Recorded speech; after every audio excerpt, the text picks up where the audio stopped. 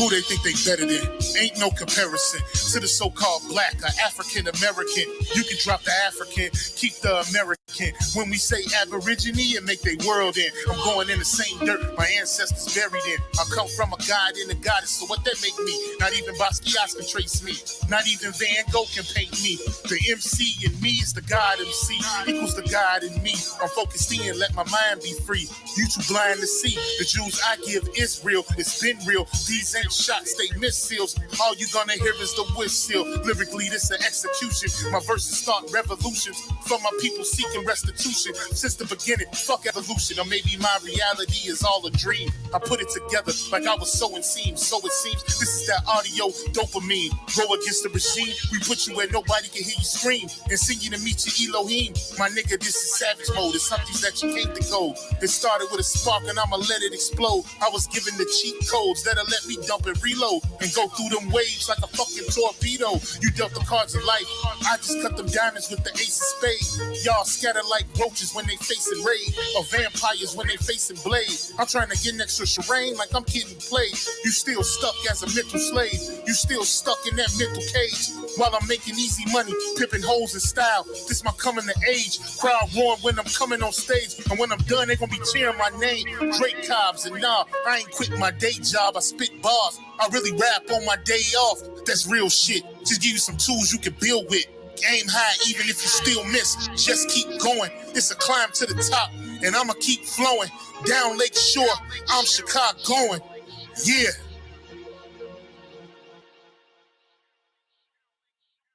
You niggas is playing checkers, we playing chess. And nigga, this is checkmate. Dre be the big dog and you just a little bait.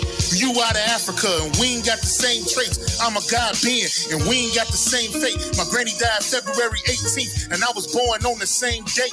The chosen one, the ancestors' chosen son. They gave me the golden gun. One shot, that's a hole in one. From the pyramid of the sun, the poverty point. I don't think you niggas is getting the point. We still here. Who said they made the Aboriginals disappear? Your information's lagging in the rear. All you do is teach fear. We copper-colored with woolly hair. Am I speaking clear? So fuck the nonsense. When I rap, I touch your consciousness. From within is where you get your self-confidence. Let's bring it back to dominance. Ain't no confining us. Gonna bring that wild Indian out of us. Yeah. Yeah, yeah. We still here.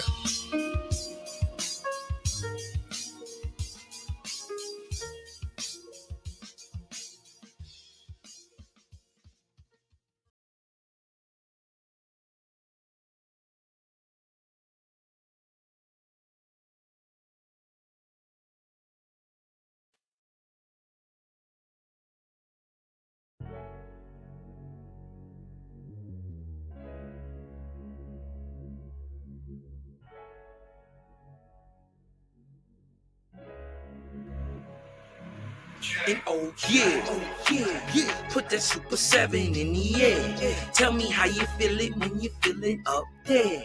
When you in the sky breathing rarefied air. When you breathing rarefied air, oh yeah. Put that Super 7 in the air. Tell me how you feeling when you feel it up there. When you in the sky breathing rarefied air. When you breathing rarefied air, oh, just that job theft, that chow mein, that pepper bull, that towel mein, since sunset in the arc of Wayne. My brain moving like Tao saying, so as above, it's so below. That up and that down thing, this flow is atmospheric. I call that a ground game. See, water is knowledge, so if I'm teaching, you're learning. So how your God make a sun without vortexing and current? See the pattern is panic, I'm reaching out for my people. Oh, watch me flow through your speakers, you feel the force of the ether. And when the force hits the equal, I'm taking off like an eagle. Police popped the pastor yesterday for pushing political. My DNA is Moshe. Mix that thing with higher water. My spirit rate is OTN. It's just a higher order. Got more light than Kavita. Rap a lot just like Tila. Went from sinner to saint. Shout out my big homie Seela. Got more torque than a sports car. Got more work than a door star. And the 4 million I make, I'm giving the Dr. Umar. Oh yeah. Put that Super 7 in the air. Tell me how you feeling when you feeling up there.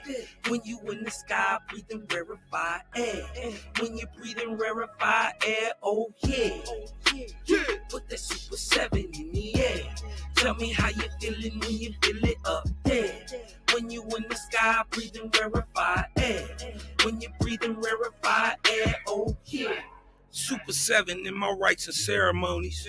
I'm married to Jehovah, holy matrimony. Confucius say, in the words of Kai, you, before you hit the tomb, be a bridegroom. Only got one question for Miss Susan B. On how to last Ahu when it's now a Angui. Blame my inspiration, I'm just thinking thoughts. But in the way of God's, we gon' keep it short. Why Jesus wanna kill me, Matthew 10:34. Just a couple questions that I'm needing to know. Oh, watch me flow, it's so potent. Set the vortex in motion. Super 7, I'm floating across the Aegean Ocean. Oh, you a Muslim now, so I guess you make it Salah. Well, I'm an Israelite, I'ma make him at the Shabbat. Got Moses on the bumper, super slap off in my spaceship photosphere. So I stay lit, peace and light to the faith is so yeah. Put that Super 7 in the air. Tell me how you feeling when you feeling up there.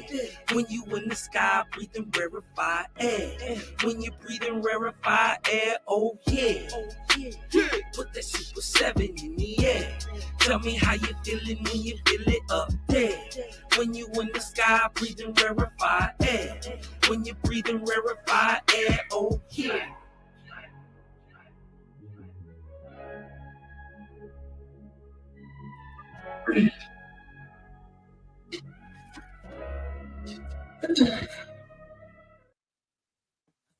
Yes. Peace and love to all the Aboriginal, Indigenous Indians. Shout out to everyone that's coming in and tuning in. Thank you all so very much. Yeah, you guys. So basically, I'm going to go ahead and I'm going to drop my intro to my show. And then I'm going to go over this interview that Kamala Harris did last night. So I'm pretty much going to react to it and give you all my thoughts and opinions about it as we go along and go through it. So if you all are down for that, like sit back, man, walk with me today. Like the interview, not that long. Excuse my background, guys. This is a no school day. So anyway, yeah, I'm gonna go over that interview. We're gonna go over it together. If you guys like I said, well, not if you like, if you want to stay here and go through it. And we're just gonna break this down. And yeah, so give me a second. Let me draw my intro, y'all. I hope you all are having a fine day today. I hope work is going well. I'm gonna try to keep it cute because I know some of y'all are probably at work. So yeah, let me drop my intro real quick and I'm gonna be right back. Welcome to the Cherise the Realist Show.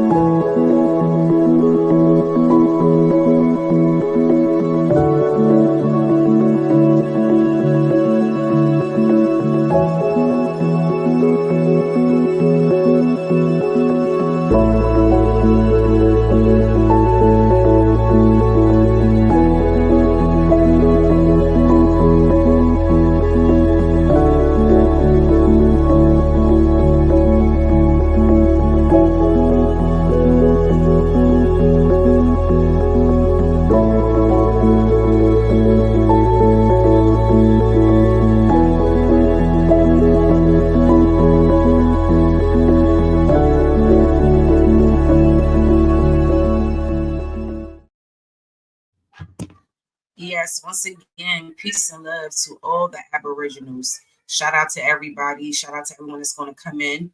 You know, we're going to give this a quick 1-2 check, okay? So let's get right into it. I'm not going to waste any time because I don't plan on being up here for too long. It's like a really groggy day in DC. How is the weather for you guys? Where y'all from? Hey, Sharon Walker. Hey, Lady Moon. What's up, Enox? Yeah, come right on in. Yes, peace and love to everybody popping in. There we go.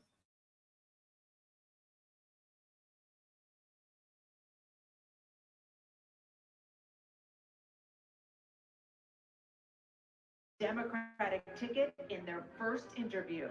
Hi, crew. In the final sprint.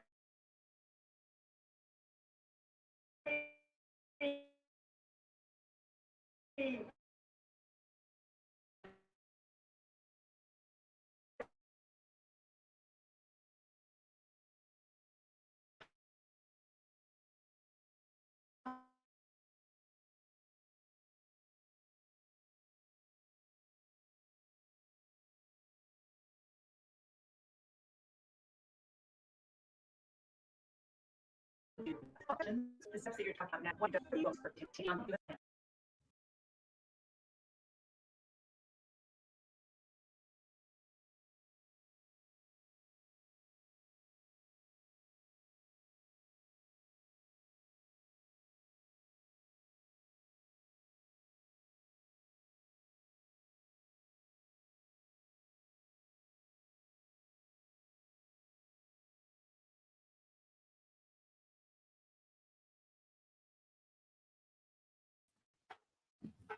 See?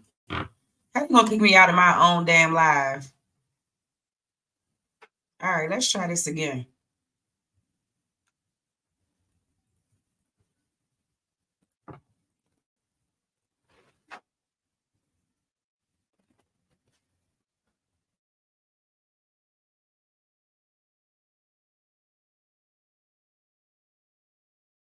handling him anyways? I don't know as a father I could have ever imagined that. Just days until the voting begins, a defining moment in the race for the White House. CNN's exclusive interview of the Democratic nominees starts now.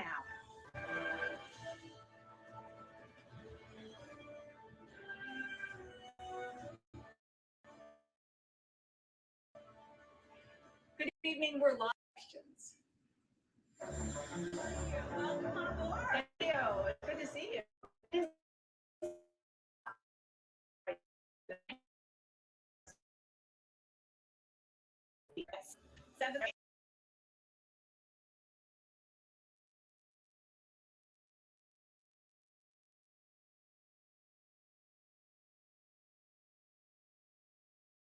Can y'all hear me?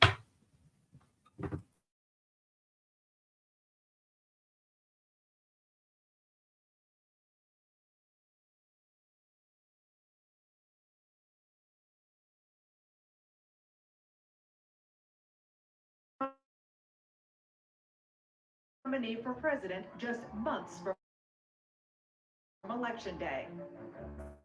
Motion after. Look,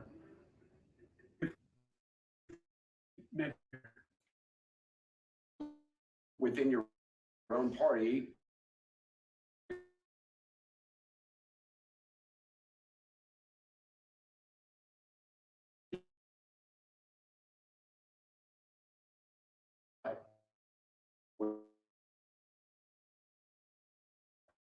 There was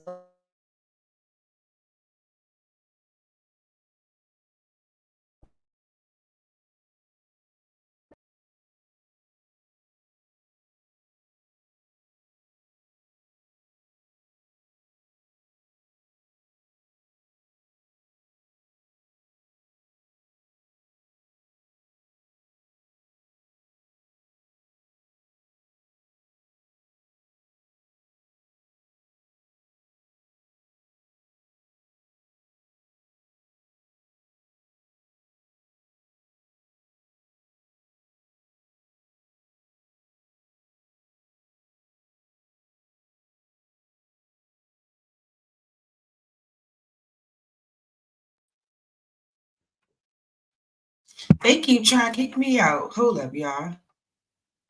All right, let's get this together. All right, I'll just exit the full screen. Can y'all hear me? Mic check, mic check, mic check. Put a sunflower in the chat if you can hear me. All right. Great. Let me just do it this way then. They hating. They don't want me to get on this lady. But I got a little bit triggered early. I'm not gonna even lie because I was on Instagram and I should have screenshotted those comments. I'm gonna still screenshot them and show them to y'all. A lot of people is really ignorant. And the sad thing is that it was mostly first generation Africans trying to make it seem like her blackness don't matter. I said, if she's stating that she's a black woman, and if that's what she's going off of, think about it. Me as a black woman, that is a proud moment for any black woman to ever have representation as the president. So to know that she's not that representation, and we've always known it. We're not the ones blind to it. Everyone else seems to be blind to it. She has no right to walk around here and cosplay as one of us. And then when it's time to answer questions about us, you don't want to address it, or you feel like you don't have to. No, ma'am. That shows the ignorance and how much we are undermined already in this country, guys. And that's why I have such a big problem with this. This is an issue. This is an issue. Yeah. Mm, mm, mm, mm.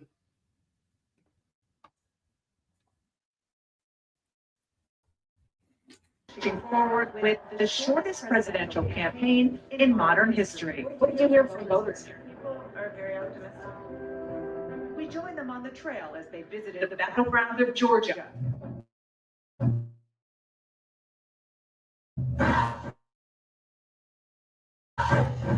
Just 68. Madam Vice President, Governor Wells, thank you so much for sitting down with me and bringing the bus. Right here in Georgia. You have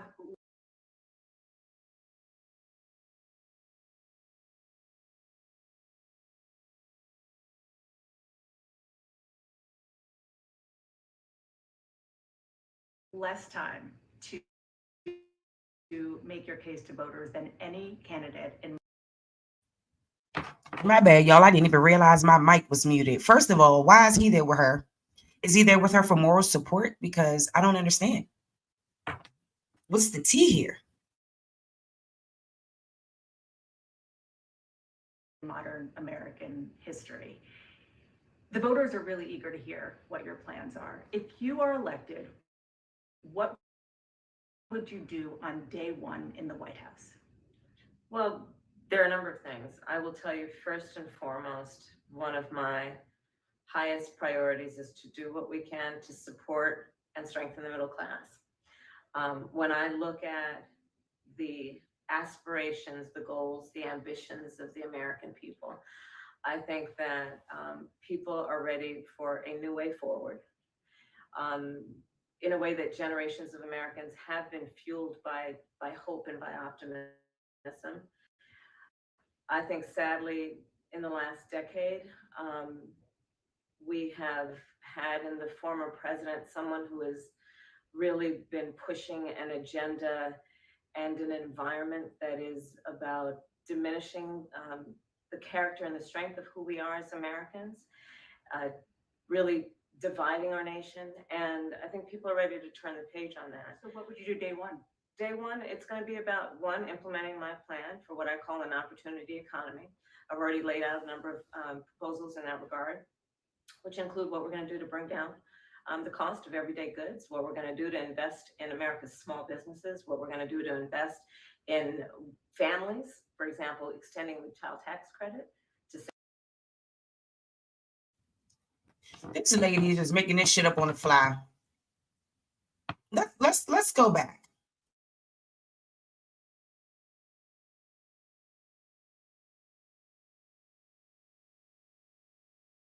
And I think people are ready to turn the page on that. So what would you do day one?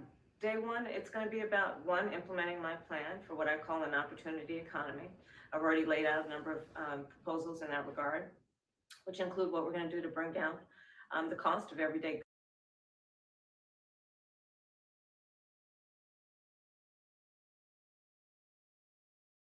goods, what we're going to do to invest in America's small businesses, what we're going to do to invest in families, for example, extending the child tax credit to $6,000 for families for the first year of their child's life, to help them buy a car seat, to help them buy baby clothes, a crib. There's the work that we're going to do that is about investing in the American family around affordable housing, a big issue in our country right now. So there are.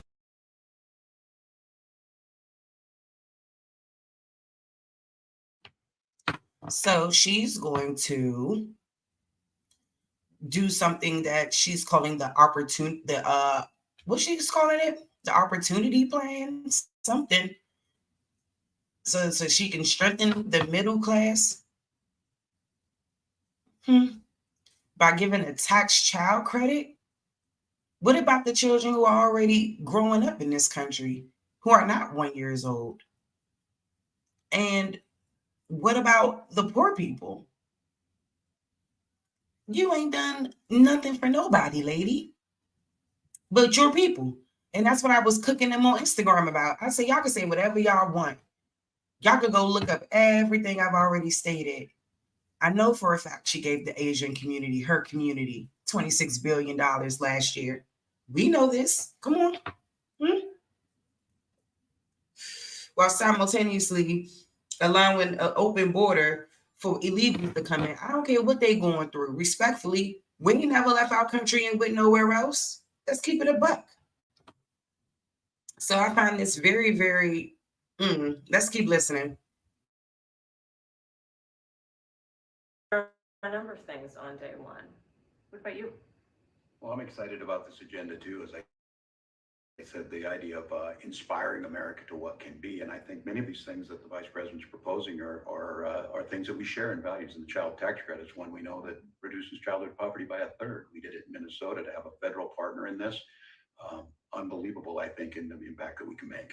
You talked about, you call it the opportunity economy. You are well aware that right now many Americans are struggling. There's a crisis of affordability. Yeah. One of your campaign themes is we're not going back. But I wonder what you say to voters who do want to go back when it comes to the economy specifically, because their groceries were less expensive, housing was more affordable when Donald Trump was president. Well, let's start with the fact that when Joe Biden and I came in office, during the high pandemic, we saw over 10 million jobs were lost. She's lying right there, because the pandemic wasn't at no height when Donald Trump was leaving office. It wasn't at no height. It just happened. It had just started. When y'all got in there, y'all had full control over what was going on through the pandemic. Well, let's not forget that.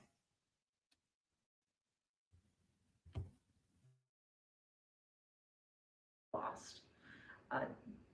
People, I mean, literally, we were all tracking the numbers. Hundreds of people a day were dying because of COVID. The economy had crashed. In large part, all of that because of all that happened because you and Joe Biden was in office. Mismanagement by Donald Trump of that crisis. When we came in, our highest priority. So correct me if I'm wrong, y'all. COVID-19 happened March 2020, correct?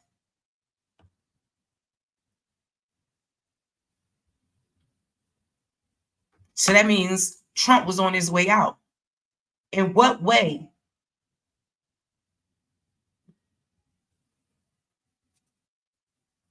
How, Sway?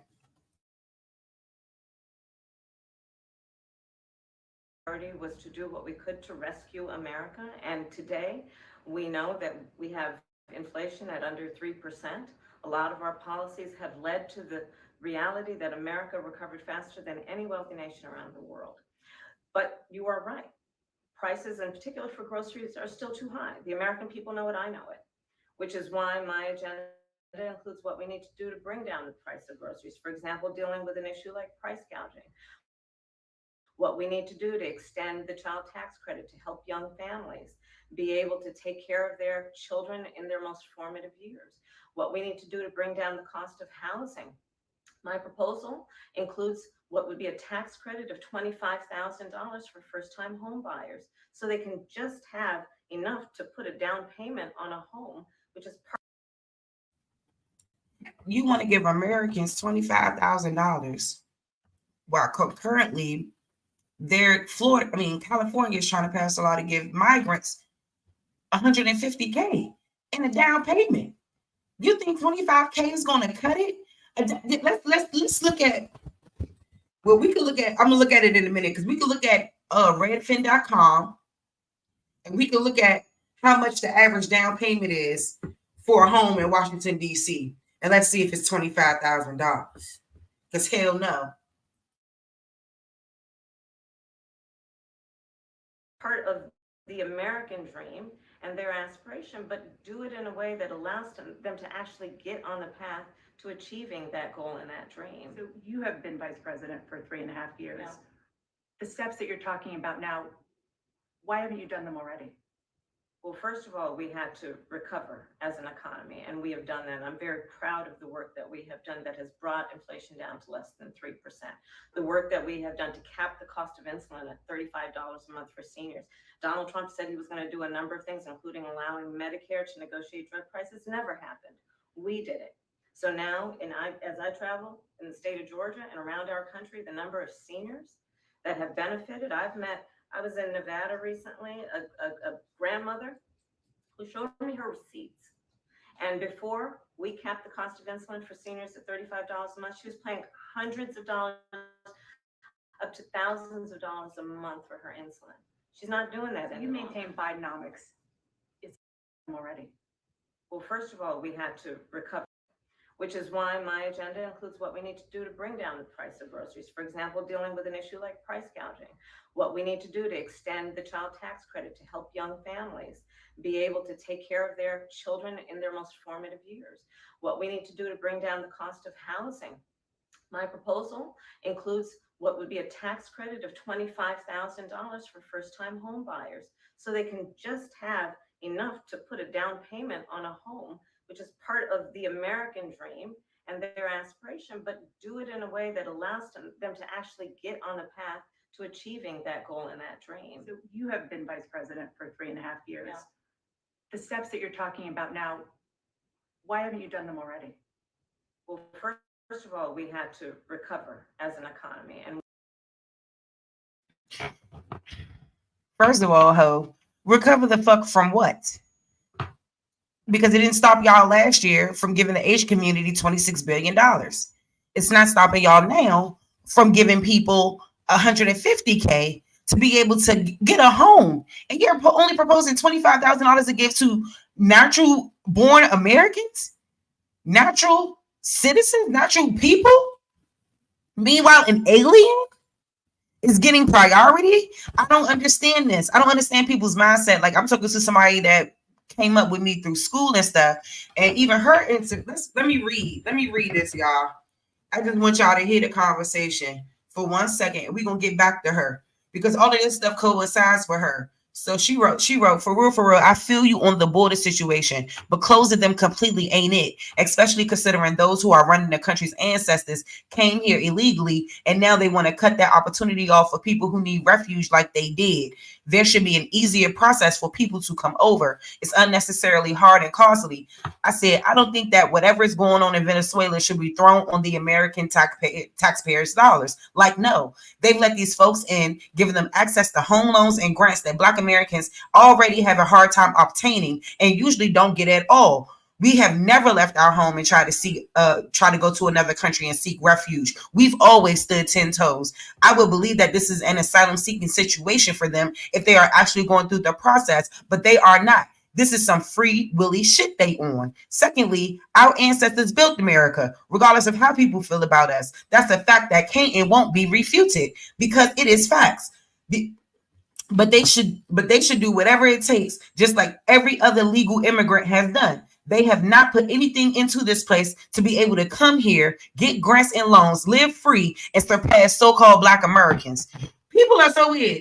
She said, that's her response. I'm gonna respond to her in a minute, but I'm already live. She gonna write, but punishing all for the actions of a few ain't it. There are countless other groups of people coming here. They actually contribute and want to be rightful citizens, but the cost is not doable. They have to know things that the average American doesn't even know. And the people voted against them are the ones that utilize their labor and abuse them while doing it. So many rich Americans thrive on the backs of immigrant labor just to turn around and deny them rights so they can continue to benefit from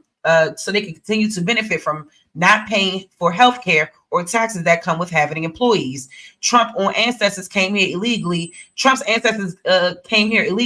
and were allowed to stay. Trump is an anchor baby for real. I agree that there should be a process for becoming a citizen, but it should not be as hard as it is for them. Closing the borders altogether is a lazy way to deal with an issue that's not going to go away. They will always find a way in. The best thing to do it makes the process more doable so that people can be okay. So people can be okay on record and held accountable if they do something wrong. Okay. So let me start right here when she's talking about, but punishing all for the actions of a few ain't it. So does she not? I think the thing is, she doesn't see how we are going to be punished at the hands of them acting like they're doing something so noble for someone else. Like, we got to stop thinking about other people. Not like that, but come on now. Who's thinking about us? Who's thinking about us? Like, come on now. And I'm gonna respond back to her. She cool though, you know what I'm saying? Like, she cool. I ain't got no problem with son. You know what I'm saying? But you know, people got to be put in a place about the reality. It doesn't matter. Their ancestors didn't build our lands. We did. I had to get on the little Korean man in the store this morning because he's sitting over there talking about some, oh, black people aren't the only people that built America. I said, yes, the fuck we are. And yes, the fuck we are. And yes, the fuck we are. Flag on the play. Okay. I said, first of all, I said, no one's ancestors other than ours went through chattel slavery. None of them. Since everybody want to swear that that's the case with us too, y'all didn't go through it. And even still, y'all were able to come over, and I even like that he said something. Well, that he said something about the what did he say? The Irish talking about. I said, well, the Irish came way later. I said the Irish came after slavery ended. I said they didn't come before slavery ended. Them people in particular came around like the mid 1800s, early 1900s when they started coming.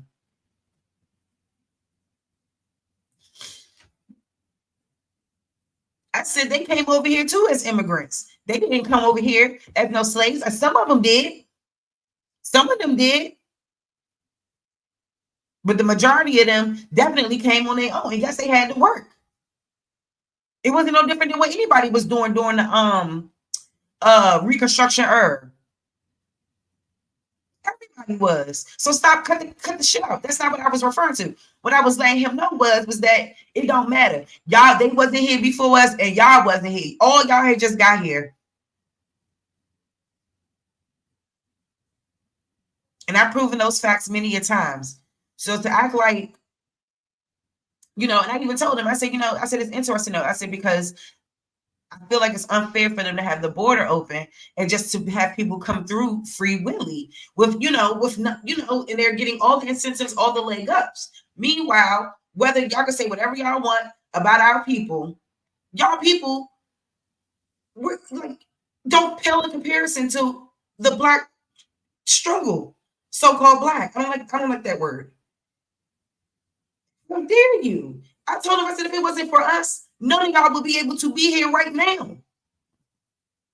For you, man, people need to better get on board and understand what's what. Y'all better get on board and understand what's what. We make it shake and always have. Let me get back to this. I'm sorry, y'all. And this guy just won't stop calling. Like, he just, you know, I say, hey, I'm not trying to have a boyfriend right now, blah, blah, blah. You know, he just keeps on. You know, people just don't get it. We have done that. I'm very proud of the work that we have done that has brought inflation down to less than 3%. The work that we have done to cap the cost of insulin at $35 a month for seniors. Donald Trump said he was going to do a number of things, including allowing Medicare to negotiate drug prices. Never happened. We did it. So now, as I travel in the state of Georgia and around our country, the number of seniors that have benefited, I was in Nevada recently, a grandmother who showed me. First of all, lady, ain't nothing I done that benefited the real Americans. Everything that y'all have done in y'all office and y'all presidency has been for your people. And you knew Joe Biden was ill or whatever was going on. You knew what was going on, lady. And that's why you're able to get up here and do what you're doing. Somebody said you was drunk. I hope that ain't the case.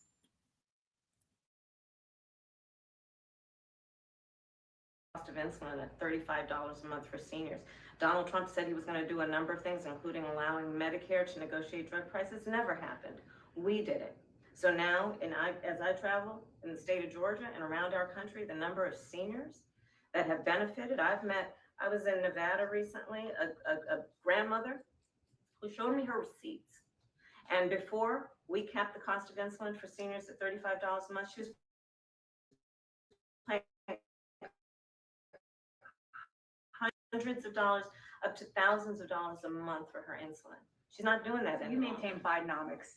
Maintain that when we do the work of bringing down prescription medication for the American people, including capping the cost of the annual cost of prescription medication for seniors at $2,000, when we do what we did in the first year of being in office to extend the child tax credit so that the only thing you say here and done, Miss, is talk about the things you want to do. You have not done any of these things. I don't know why you're acting like you've done these things. Peace and love. Hey, y'all. First of all, let me give a shout out to the chat. Peace and love to all the Aboriginal Indigenous Indians. Yes, y'all. Listen, I want different people to come in as well. You know, even if y'all support Kamala, like, you know what I'm saying? I ain't knocking what you doing, but I am knocking what you doing. You hear me? So peace to Stables 08. Peace to Straight Smoke. Peace to Sharon Walker. Peace Enoch 04070, American Indian, of course. Copper Aborigines. Hey, Roger W. What's up, Papa Shorty? Oh, look at Papa Shorty coming through. What's up, Roger W? My sister girl, Lady Moon.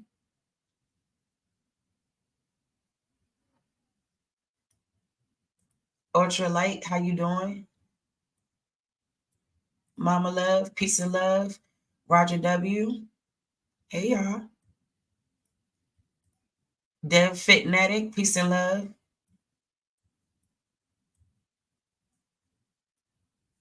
All right, let me hurry up and get through this. I said I wasn't going to be doing too much today.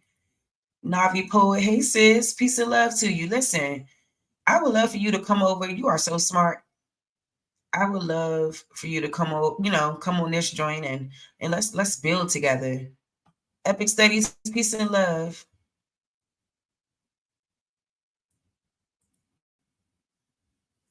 Brazilian, hello, peace and love.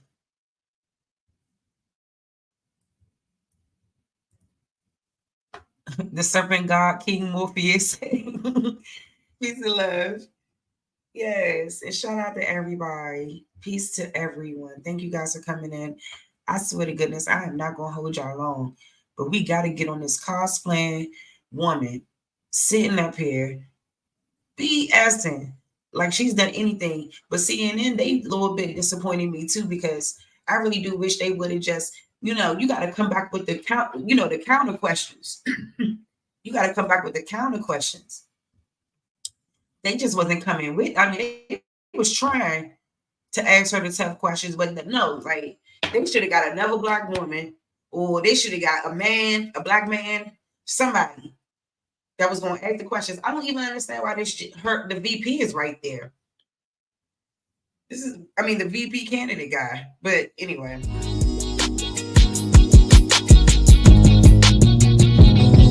Say I'm hustling, say I'm hustling, and I'm grinding. With my money on my mind, and I can't combine, and I can't cause always. Keep it out, keep it out, slow mo. Say I'm hustling, say I'm grinding, and I'm grinding. With my money on my mind, and I can't combine, and I can't cause always. Keep it out, slow mo, slow mo.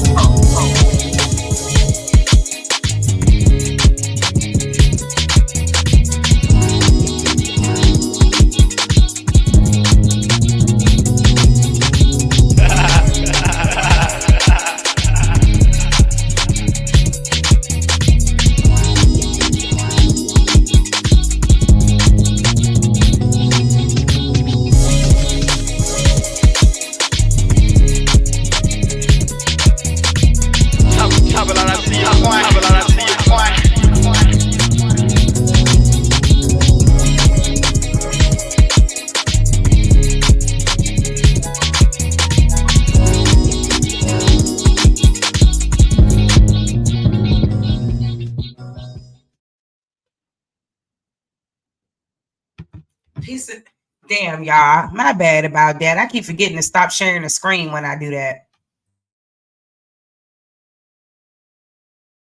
We cut child poverty in America by over 50%. When we do what we have done to invest in the American people and bringing manufacturing back to the United States so that we created over 800,000 new manufacturing jobs, bringing business back to America, what we have done to improve the supply chain so we're not relying on foreign governments to supply American families with their basic needs, I'll say that that's good work. There's more to do, but that's good work. I want to get some clarity on 800,000 new manufacturing jobs, bringing business back to America, what we have done to improve the supply chain so we're not relying on foreign governments to supply American families with their basic needs. I'll say that that's good work. There's more. Girl, what? Mm, mm, mm, mm. Mm, mm, mm, mm. We in trouble, y'all. If this happens, oh yeah. Oh yeah. More to do, but that's good work. I want to get some clarity on where you stand on some key policy issues. Energy is a big one. When you were in Congress, you supported the Green New Deal. And in 2019, you said, quote, "There is no question I'm in favor of banning fracking." Fracking, as you know, is a pretty big issue, particularly in your must-win state of Pennsylvania. Sure. Do you still want to ban fracking? No, and I made that clear on the debate stage in 2020, that I would not ban fracking. As vice president, I did not ban fracking. As president, I will not ban fracking. In 2019, I believe, at a town hall, you said you were asked, would you commit to implementing a federal ban on fracking on your first day in office? And you said, there's no question I'm in favor of banning fracking. So yes. So it changed in that campaign? In 2020, I made very clear where I stand. So now you lying? Look at her lying.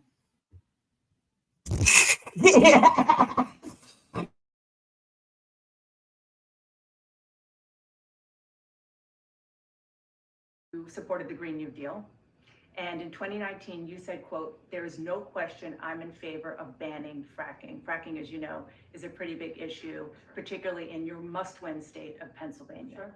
Do you still want to ban fracking? No, and I made that clear on the debate stage in 2020, that I would not ban fracking. As vice president, I did not ban fracking. As president, I will not ban fracking. In 2019, I believe. So I was about to say that, Lady Moon. This hoe trying. Yeah. Hold on. Let's listen to her lie again. At a town hall, you said you were asked, would you commit to implementing a federal ban on fracking on your first day in office? And you said, there's no question I'm in favor of banning fracking. So yes. So it changed in that campaign? In 2020, I made very clear where I stand. We are in 2024, and I've not changed that position, nor will I going forward. I kept my word, and I will keep my word. What made you change? But why are you changing? We're talking about, she's asking you something specific, like, child.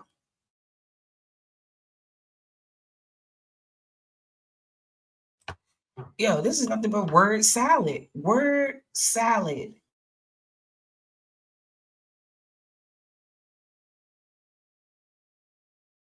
Ban on fracking on your first day in office, and you said, there's no question I'm in favor of banning fracking. So yes.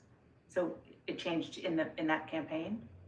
In 2020, I made very clear where I stand. We are in 2024, and I've not changed that position, nor will I going forward. I kept my word, and I will keep my word. What made you change that position at the time? Well, let's be clear. My values have not changed. I believe it is very important that we take seriously what we must do to guard against what is a clear crisis in terms of the climate.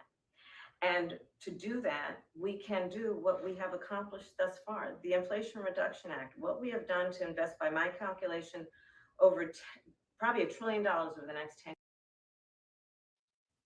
No. Why did you change your position? At first, you were completely against fracking, and now you are not. So, what is the reason for the change? It's a simple question. And now you're going off into something else? No. She should have asked her a counter question to make her do not, let her get out of it.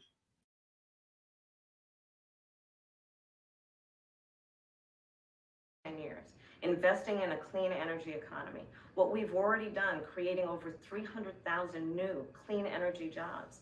That tells me, from my experience as vice president, we can do it without banning fracking. In fact, Dana, excuse me, I cast the tie-breaking vote that actually increased leases for fracking as vice president. So I'm very clear about where I stand. And was there some policy or scientific data that you saw that you said, oh, okay, I get it now?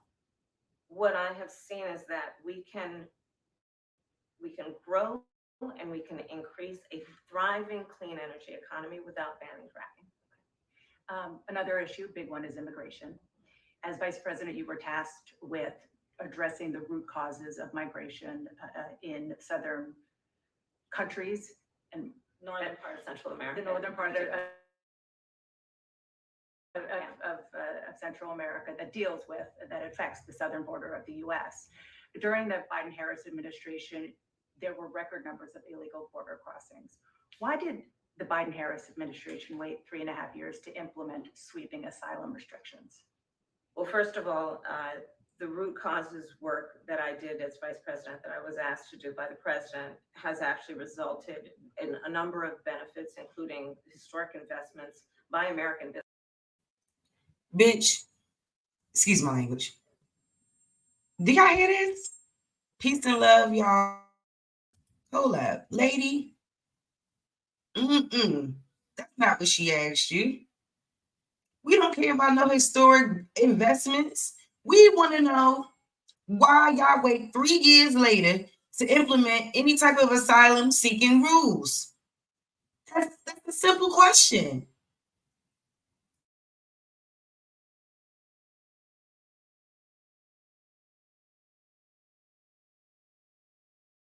There were record numbers of illegal border crossings. Why did the Biden-Harris administration wait 3.5 years to implement sweeping asylum restrictions? Well, first of all, the root causes work that I did as vice president, that I was asked to do by the president, has actually resulted. And what root work are you referring to, miss? Because it's public record that you have never been to the border. They said you've never been there. Ever. Yeah, you did a lot of work making sure they got here safe and sound. That's what you did.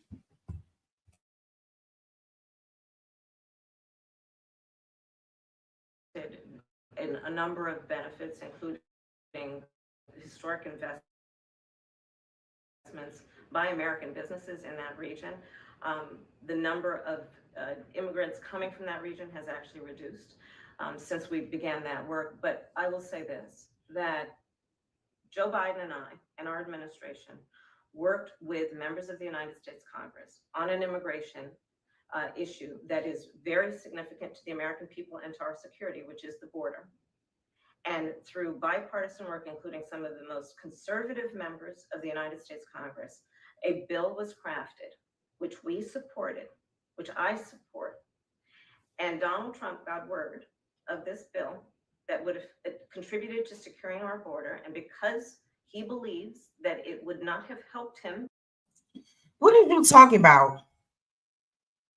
What the heck? Seriously? What do he got to do with what you was doing in office and why you did? Wow. Y'all better not be fooled by this. Y'all better not be hoodwinked by this.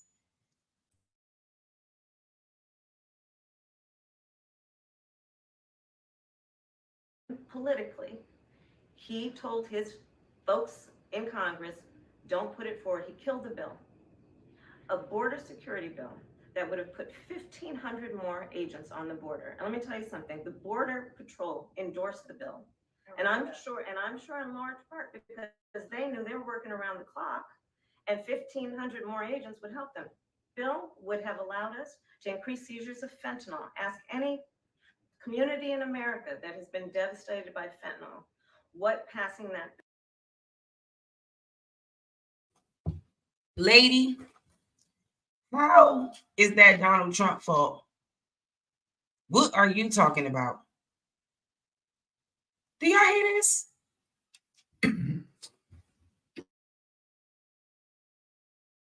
Bill would have done to address their concern and a pain that they've experienced. So you would push that legislation again? I just want to Not ask only about. push it, I will make sure that it comes to my desk and I would sign it. Just one other question about something that you said in 2019 when you first ran.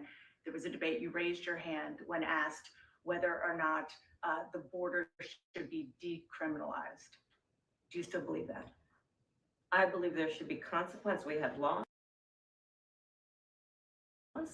that have to be followed and enforced that address and deal with people who cross our border illegally, and there should be consequence. And let's be clear, in this race, I'm the only person who has prosecuted transnational criminal organizations who traffic in guns, drugs, and human beings.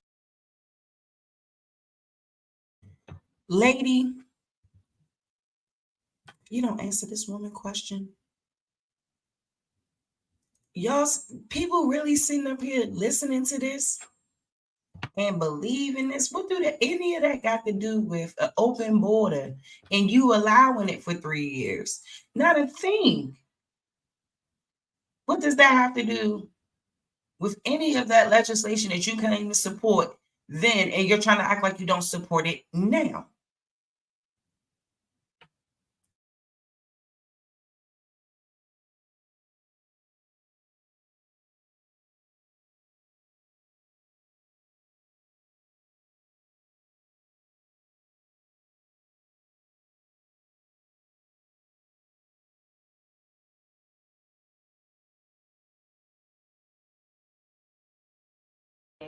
I'm the only person in this race who actually served a border state as Attorney General to enforce our laws, and I would enforce our laws as president going forward. I recognize the problem. Generally speaking, how should voters look at some of the changes that you've made, that you've explained some of here in your policy? Is it because you have more experience now and you've learned more about the information? Is it because you were running for president in a Democratic primary? And should they feel comfortable and confident that what you're saying now is going to be your policy moving forward? Dana, I think the most important and most significant aspect of my policy perspective and decisions is my values have not changed. You mentioned the Green New Deal. I have always believed, and I worked on it, that the climate crisis is real, that it is an urgent matter to which we should apply metrics that include holding ourselves to deadlines around time. We did that with the Inflation Reduction Act. We have set goals for the United States of America and by extension the globe around when we should meet.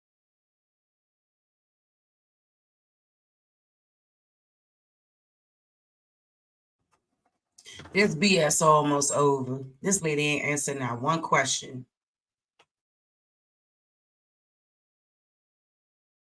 Meet certain standards for reduction of greenhouse gas emissions. As an example, that value has not changed. My value around what we need to do to secure our border, that value has not changed. I spent 2 terms as the Attorney General of California prosecuting transnational criminal organizations, violations of American laws regarding the illegal passage of guns, drugs, and human beings across our border. My values have not changed. So that is the reality of it. And 4 years of being vice president, I'll tell you, one of the aspects to your point is traveling the country extensively. I mean, I'm here in Georgia. I think somebody told me 7.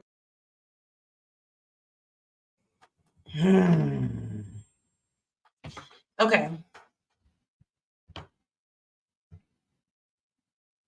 So you're still not answering her. You have not laid out anything even remotely specific to what you're going to do to help the people and help this awful, like she said, high groceries. You have not. What the fuck? Let me calm down. I said I was gonna stop this cussing. This is outlandish.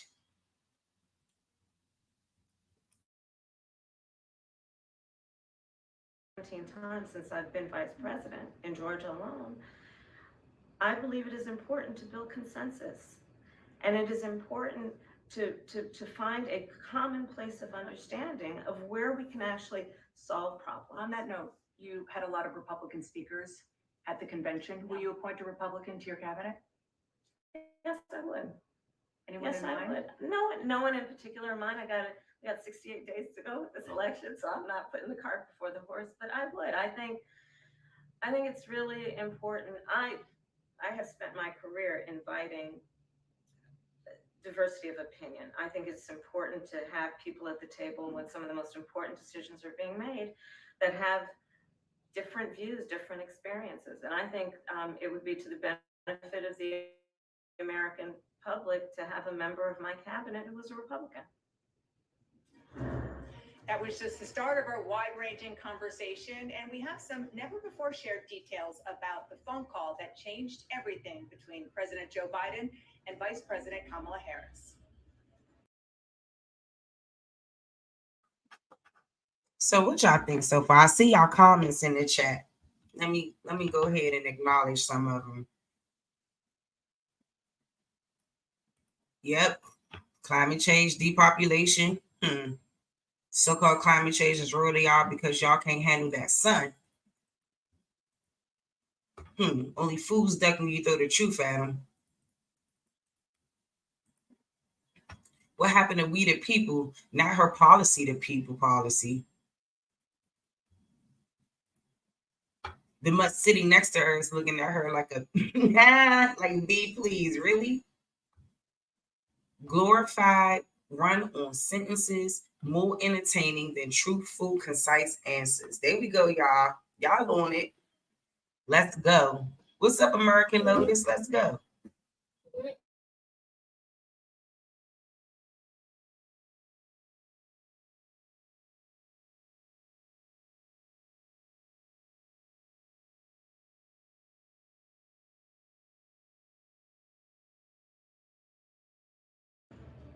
I'm just curious, staying on President Biden, when he called you and said he was pulling out of the race, what was that like? And did he offer to endorse you right away, or did you ask for it?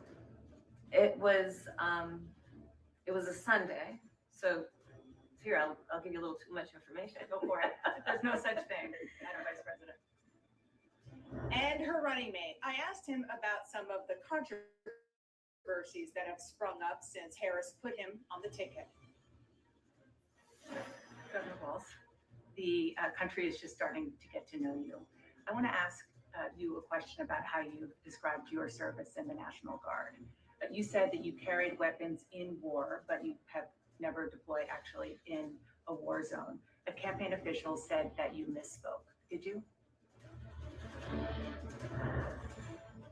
From Savannah, Georgia, and our exclusive interview with Vice President. They up in line like hell. Can y'all believe this? Yes, it's been 1 hour. Hold up, y'all.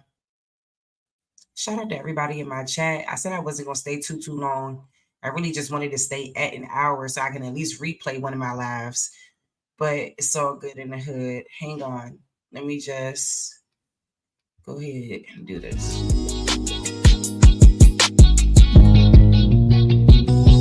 Say I'm hustling and I'm grinding. I'm making moves with my money on my mind, and I can't fall short. No, always keep it 1,000. Slow mo. Say I'm hustling and I'm grinding. I'm making moves with my money on my mind, and I can't fall short. No, always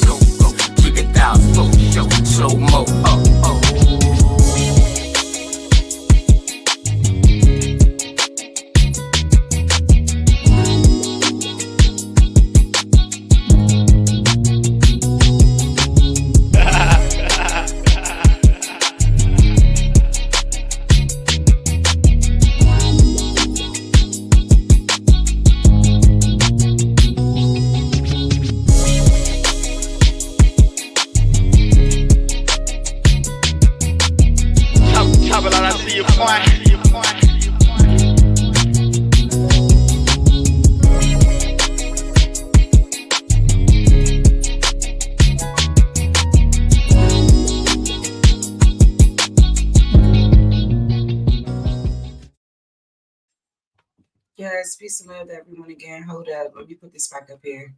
So like I said, I ain't gonna be too long. This joint almost over. Anyway, I hope you guys are feeling really, really good. You know, I still got my other show that I got planned coming for y'all really, really soon. You know, there's some things I want to make some adjustments and stuff like that. And then I'm gonna get right on it. Kamala Harris and Minnesota Governor Tim Walz. In just 12 days, Harris will meet Donald Trump on a debate stage in Philadelphia. And when I say meet, I mean literally meet.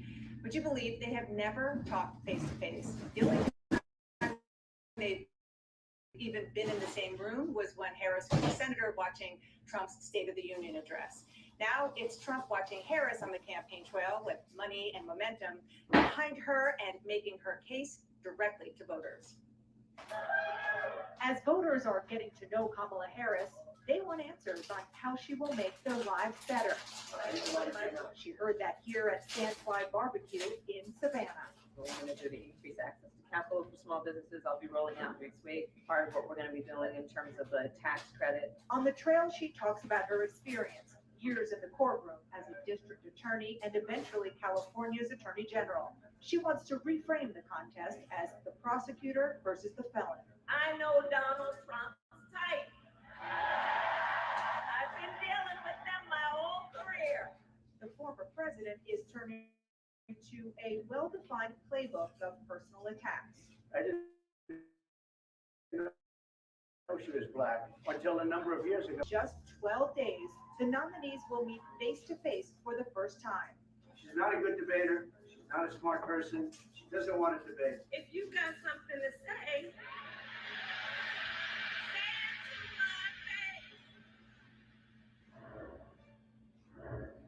I want to ask you about your opponent, Donald Trump.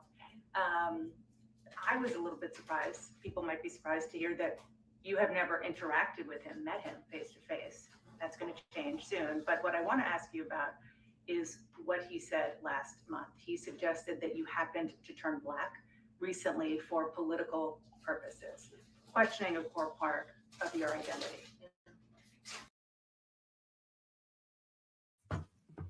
Look at her. Look at her. Yeah. And look at it. Why do you not answer any questions as always, like you did this whole time? That's why I was so short. You didn't answer anything.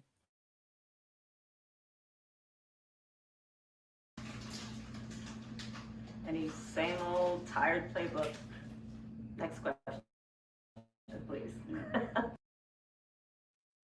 That's not a playbook. That's a fact.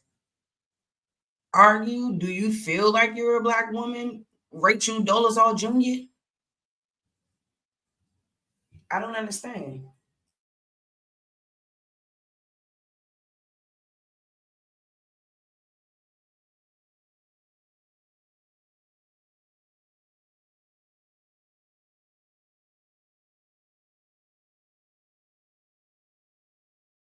That's it? That's it. Okay. Let's talk about some foreign policy issues that would be on your plate if you become commander-in-chief.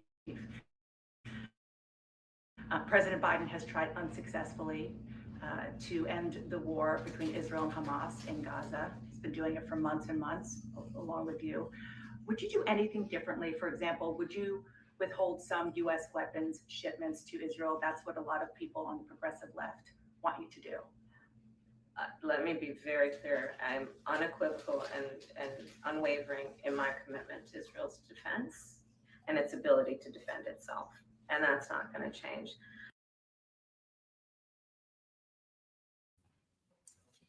Ooh.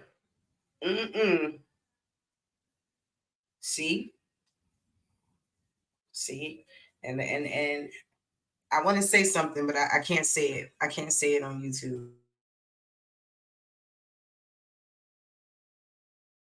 But let's take a step back. October 2nd, 1,200 people were massacred. Many young people who were simply attending a music festival. Women were horribly raped. As I said then, I say today, Israel has a right to defend itself. We would. And how it does so matters. Far too many innocent Palestinians have been killed. And we have got to get a deal done. We were in Doha. We have to get a deal done. This war must end, and we must get a deal that is about getting the hostages out. I've met with the families of the American hostages. Let's get the hostages out. Let's get the ceasefire done. But no change in policy in terms of arms and so forth. No, we have to get a deal done. Dana, we have to get a deal done. When you look at the significance of this to the families, to the people who are living in that region, a deal is not only the right thing to do to end this war, but will unlock so much of what must happen next. I remain committed since I've been on. Wow. Yeah. Just wow. Just wow.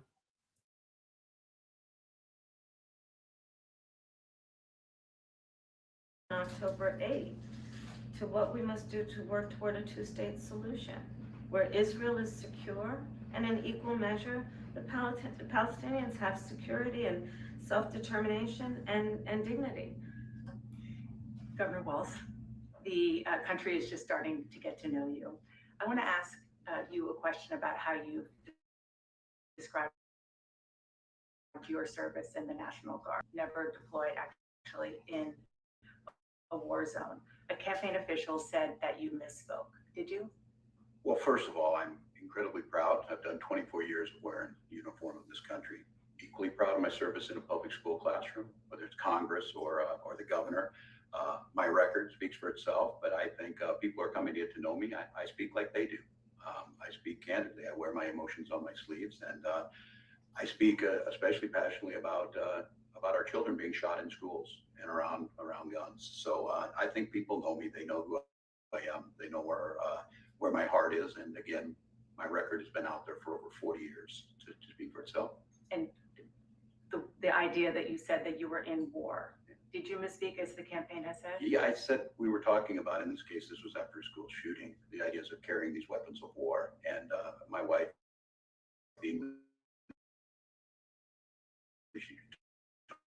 my gram showing. Did you misspeak or not? What?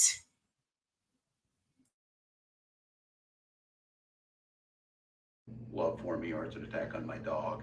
I'm not going to do that. And the one thing I'll never do is I'll never demean another member's service in any way. I never have, and I never will. I just one other question, because again, this is all new. Yeah. This was not however many days ago. This was not on either of your bingo cards, especially yours. You had to clarify that you had said that you and your wife used IVF, but it turned out you used a different kind of fertility in order to have children. And then when you ran for Congress in 2006, your campaign repeatedly made false statements about a 1995 arrest for drunk and reckless driving. What do you say to voters who aren't sure whether they can take you at your word? Well, I've been very public. I think they can see my students come out, former folks I've served with, and they vouch for me. I certainly own my mistakes when I make them. The one thing I'll tell you is I wished in this country wouldn't have to do this. I spoke about our infertility issues because it's hell, and families know this. And I spoke about the treatments that were available to us that had those beautiful children there. I bet y'all ain't know about his DUI. Like, yeah, man. Yeah, that's what I said. I don't know why they didn't really. We got two people that's obviously not truthful up here. Y'all better be careful. That's quite a contrast in folks that are trying to take those rights away from us. And so I think people. So if they didn't get IVF treatment, what kind of treatment did you all have? Because, what kind of treatment?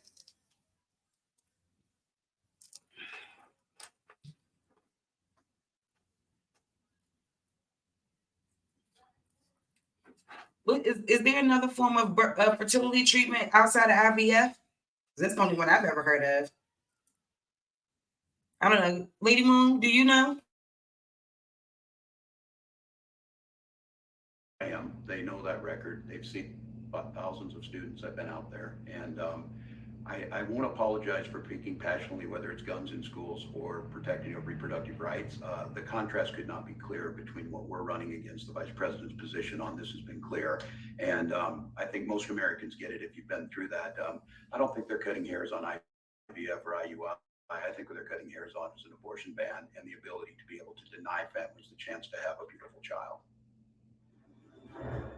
Up next, the moment that changed everything when Kamala Harris got a phone call from President Biden that he was dropping out of the race. It was a Sunday, so here I'll give you a little too much information. Go for it. There's no such thing, Madam Vice President. My family was staying with us. They can take you at your word. Well, I've been very public. I think they can see my students come out, former folks I've served with, and they vouch for me. I certainly own my mistakes when I make them. The one thing I'll tell you is I wished in this country wouldn't have to do this. I spoke about our infertility issues because it's hell, and families know this. And I spoke about the treatments that were available to us that had those beautiful children there. That's quite a contrast in folks that are trying to take those rights away from us. And so I think people know who I am. They know that record. They've seen thousands of students. I've been out there, and I won't apologize for speaking passionately, whether it's guns in schools or protecting of reproductive rights. The contrast could not be clearer between what we're running against. The Vice President's position on this has been clear, and I think most Americans get it if you've been through that. I don't think they're cutting hairs on IVF or IUI. I think what they're cutting hairs on is an abortion ban and the ability to be able to deny families the chance to have a beautiful child. Up next, the moment that changed everything when All right, I replayed it for you, Carver. What did you want to get out of that? Because I heard him. He said IUI and IVF. But, nigga, y'all is cap. I'm telling you, this about to be over anyway. I don't know. I thought it would have been a little bit more, but I guess that's all the person could get. Because all they got is a bunch of clips online.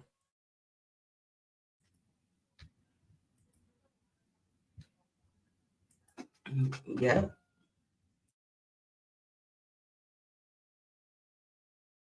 Kamala Harris got a phone call from President Biden that he was dropping out of the race. It was a Sunday, so here I'll give you a little too much information. Go for it. There's no such thing, Madam Vice President. My family was staying with us, and including my baby nieces. Speaking of those baby nieces, the Vice President also opens up about a viral picture from the convention that meant so much to so many. And Tim Walz talks about that convention moment with his son that brought many viewers to tears. You were speaking, the camera caught him, so incredibly proud of you, so emotional, saying, "That's my dad." Yeah, I don't know, as a father, I could have ever imagined that. I'm gonna see if I can find that clip of them asking her about Joe Biden. Give me 1 second, y'all. I'm gonna find that, and then I'm gonna go ahead and close out.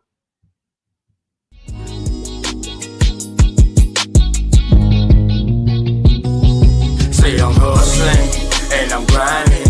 I'm making moves with my money on my mind, and I can't fall short. Always keep it down, slow mo. Say I'm hustling and I'm grinding. I'm making moves with my money on my mind, and I can't fall short. Always keep it down, slow mo.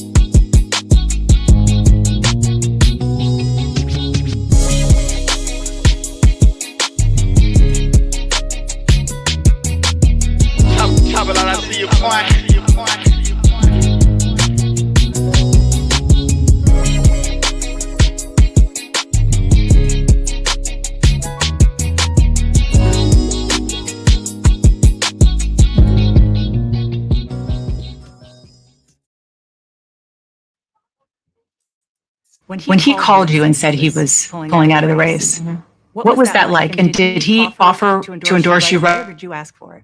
We were sitting down to do a puzzle. And the phone rang and it was Joe Biden. And he told me what he had decided to do. And I asked him, "Are you sure?" And he said yes. And that's how I learned about it. And what about the endorsement? Did you ask for it? And he was very clear that he was going to support me.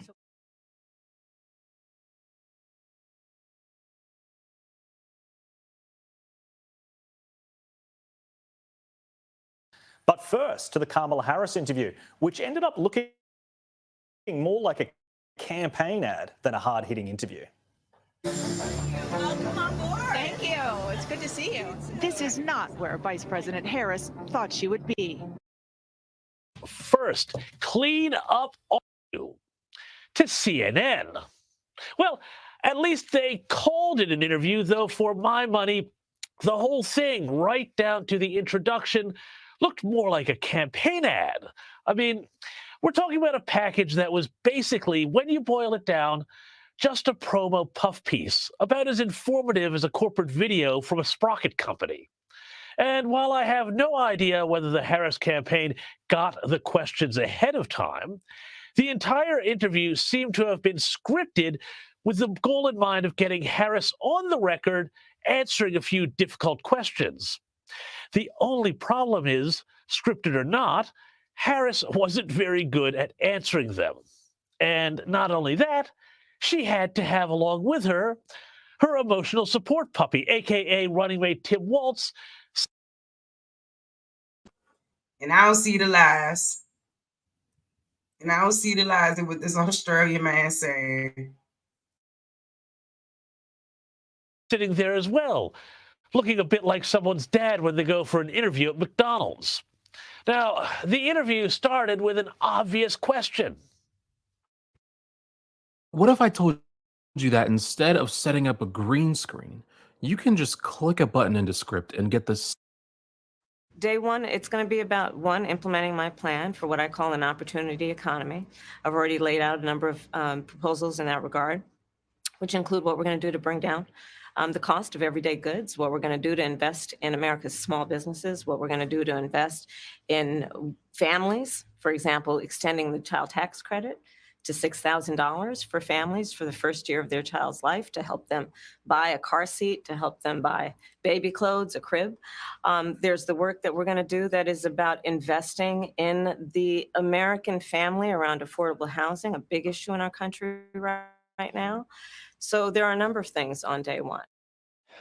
So that's what they're going to do on day one, mostly a bunch of platitudes. And for a moment, it looked like this might have turned into a tough interview because CNN's Dana Bash, well, actually asked a follow-up question. You have been vice president for 3.5 years. Yeah. The steps that you're talking about now, why haven't you done them already? Well, first of all, we had to recover as an economy, and we have done that. I'm very proud of the work that we have done that has brought inflation down to less than 3%. The work that we have done to cap the cost of insulin at $35 a month for seniors. Donald Trump said he was going to do a number of things, including allowing Medicare to negotiate drug prices. Never happened. We did it. Again, it's pretty clear what happened here. After much negotiation, the Harris camp and CNN managed to pull together an interview that would allow CNN to look like they were asking a few tough questions, and for Harris and Walz, it was a chance to do some cleanup. Meanwhile, the rest of the program turned out to be a great rah-rah rally for Harris. So it was only natural that there would also be questions about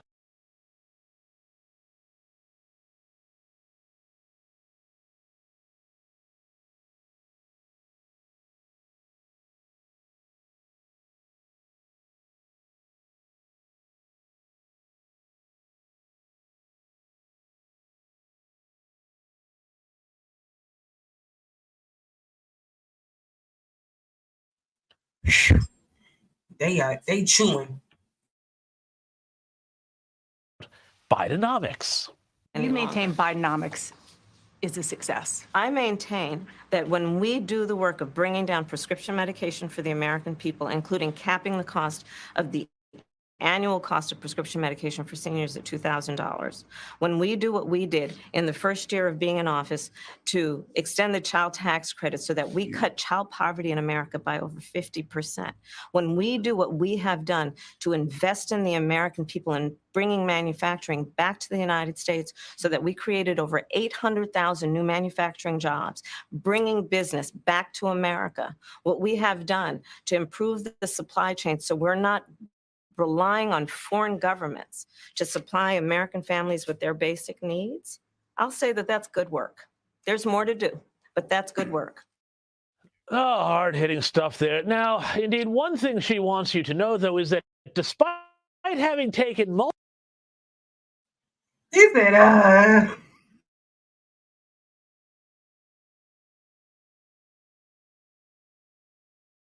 positions on everything over the course of her career, Kamala Harris, well, her values, they have not changed. The most important and most significant aspect of my policy perspective and decisions is my values have not changed. Let's be clear, my values have not changed. That value has not changed. My value around what we need to do to secure our border, that value has not changed. And with that out of the way, well, the interview was pretty much all happy talk. You know, how the nieces were over doing a puzzle when Joe Biden called to say he was stepping out of the race. And then there was also this. The photograph that has gone viral. You were speaking, one of your grandnieces that you were just talking about was watching you accept the nomination. You didn't explicitly talk about gender or race in your speech, but it obviously means a lot to a lot of people, and that viral picture really says it. What does it mean to you? You know, I am running because I believe that I am the best person to do this job at this moment. What a masterful bit of propaganda by CNN and the... Yeah, because this is sad. This was sad, y'all. This was sad. I just like the way they was cooking her. Harris campaign. Pretend you're doing journalism, and then with what could have been a hard-hitting interview, turn it into fluff, complete with swelling inspirational music. Welcome on board. Thank you. It's good to see you. This is not where Vice President Harris thought she would be. We're going to Georgia. Yes. 7th trip there this year for me. A surprise nominee for president just months from Election Day. Set in motion after a stunning debate. Are you feeling the joy yet? Oh, and of course, plenty of candid moments from on the road. And finding his own rhythm with his new boss. What'd you order? Brisket and greens and mac and cheese. What about you? I had the brisket and coleslaw on this. And what about the spice situation, the Tabasco? What's happening with that? I'm going to let him speak for himself. The vice president's growing peppers at her residence, so she's trying to bring me along on this. You know, Minnesotans. It's okay. I'm getting there. It's all good. You just do you. Honestly, does Tim Walz have any shame at all just being the butt of this cosmic political joke, set up as the dopey, clueless dad like something out of a TV commercial or a sitcom? Anyway, of course, this is all totally predictable. I mean, we are talking about CNN, and specifically...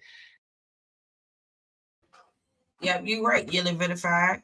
And it's not like people don't mind working for this and earning this. It's a different situation where you got people coming in who ain't earning nothing.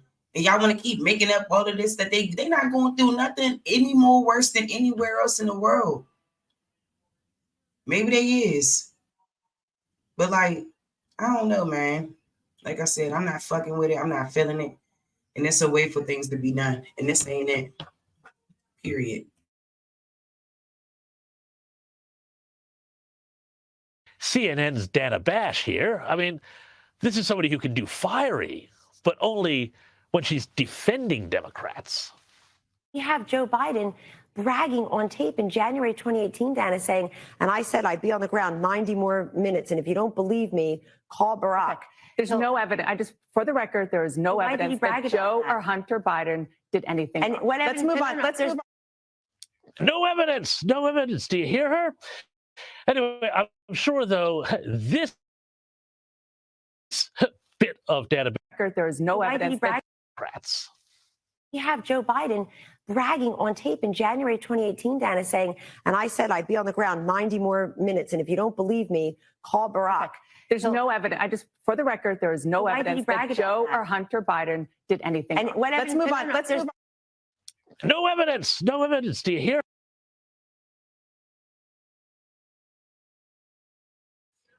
Man, this is woo. This is diabolical.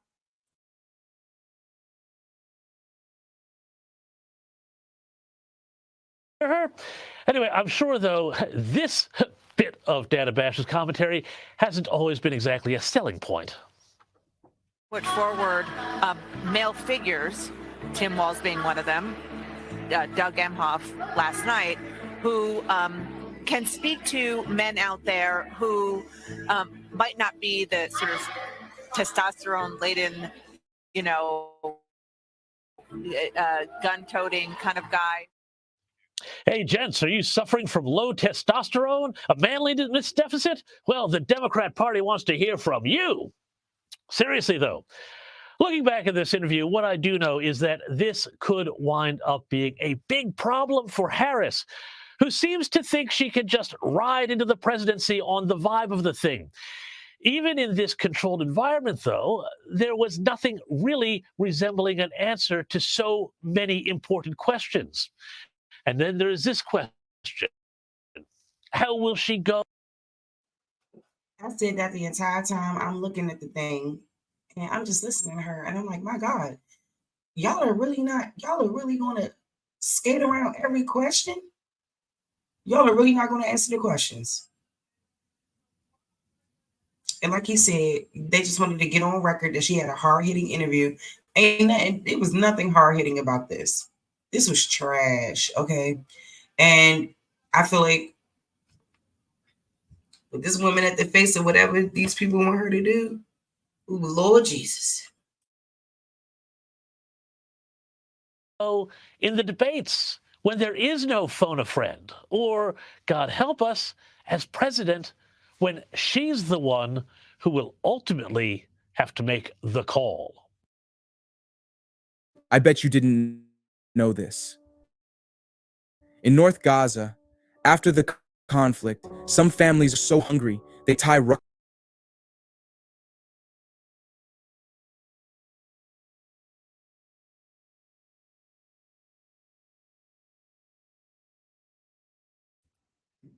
Yep. This is going to have a direct impact on us, especially as Black Americans. Like, I don't give a goddamn. Like, people would rather have them come over here because of whatever's going on. And it doesn't matter if it's going to directly impact you and affect your family and affect your pockets. I can't wait to reply to that girl. Wait till I get off of here, which is I'm about to anyway. So look, y'all stay dangerous. Thank you all so much for coming through. I'm going to end this a little early. I haven't been in the mood to do those long streams. I'll probably come back later and we can do an open panel if Smoke or somebody don't go live, or Sister Bethy or somebody don't go live by then. But, like I said, I hope Navi, whenever she comes through, I hope she comes through again. I need to get her information. I would love to build. And yeah, y'all. So anyway, y'all just stay safe. Stay dangerous out here, for real, and remember who you are. And don't be fooled by this woman.